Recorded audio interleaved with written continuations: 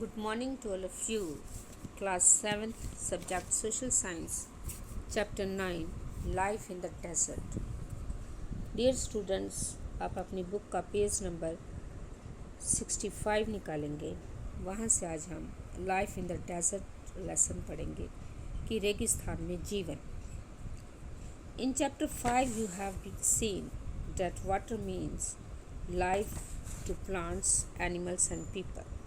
It is difficult for anyone to live in places where there is no water to drink, where there is no grass for their cattle to feed on, and where there is no water to help the crops to grow.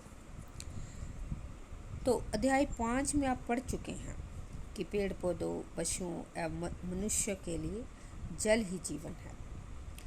जहाँ पीने के लिए जल ना हो, मवेशियों को चराने के लिए घास ना हो एवं फसलों के उगने के लिए जल ना हो, ऐसे स्थान पर किसी भी जीव के लिए जीवन कठिन ही होगा।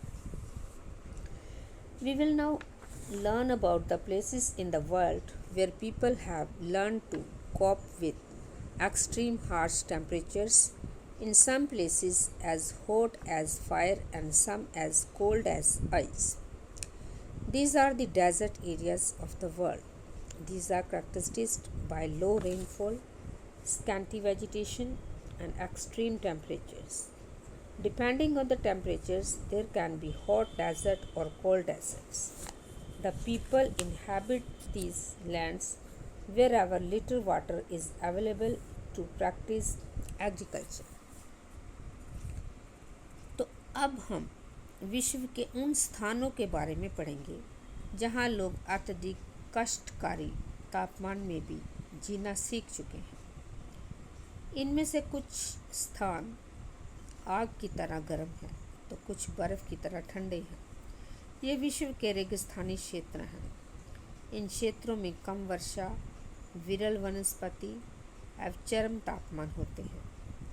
तापमान के आधार पर रेगिस्तान गर्म या ठंडे हो सकते हैं। इन स्थानों में जहाँ कहीं भी थोड़ा बहुत जल उपलब्ध होता है, लोग वहाँ कृषि करने के लिए बस जाते हैं। द हॉट डेजर्ट सहारा कि गर्म जो रेगिस्तान है वो Sahara. Look at the map of the world and the continent of Africa. Locate the Sahara desert covering a large part of North Africa. It is the world's largest desert. It has an area of about 8.54 million square kilometer. Do you recall that India has an area of 3.2 million square kilometer? The Sahara Desert touches 11 countries.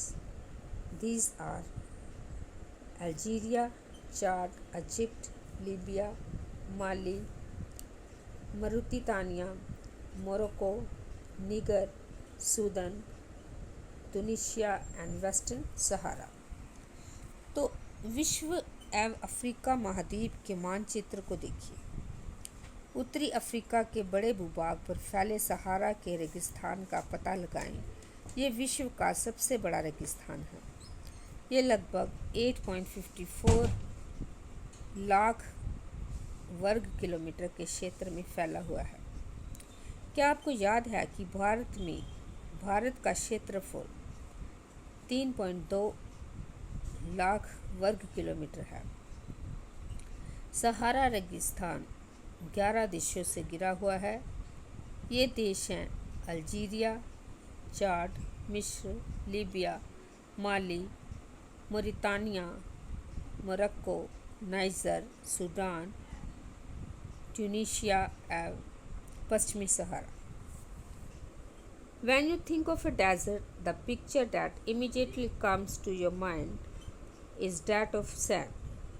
But besides the vast stretches of sands that Sahara Desert is covered with, there are also gravel plains and elevated plateau with bare rocky surface. These rocky surfaces may be more than 2500 meter height at some places. रेगिस्तान के बारे में सोचते समय आपके मस्तिष्क में तुरंत ही रेत का दृश्य उभरता है। तो जब भी हम रेगिस्तान के बारे में सोचते हैं कि हर एक के माइंड में या मस्तिष्क में क्या आ जाता है, रेत के बारे में। परंतु सहारा मरुस्थल बालू की विशाल परतों से ढका हुआ ही नहीं, वहाँ बजरी के मैदान और नगन चट्टानी सतह वाले उथिल पठार भी पाए जाते हैं। ये चट्टानी सतह कुछ स्थानों पर 2500 मीटर से भी अधिक ऊंची है। तो डियर स्टूडेंट्स, अभी जितना मैंने आपको पढ़ाया है आप उसको रीड करोगे, और ये जो सहारा डेजर्ट आपकी बुक में पिक्चर दी हुई है उसको आप कॉपी पे ड्रॉ करोगे।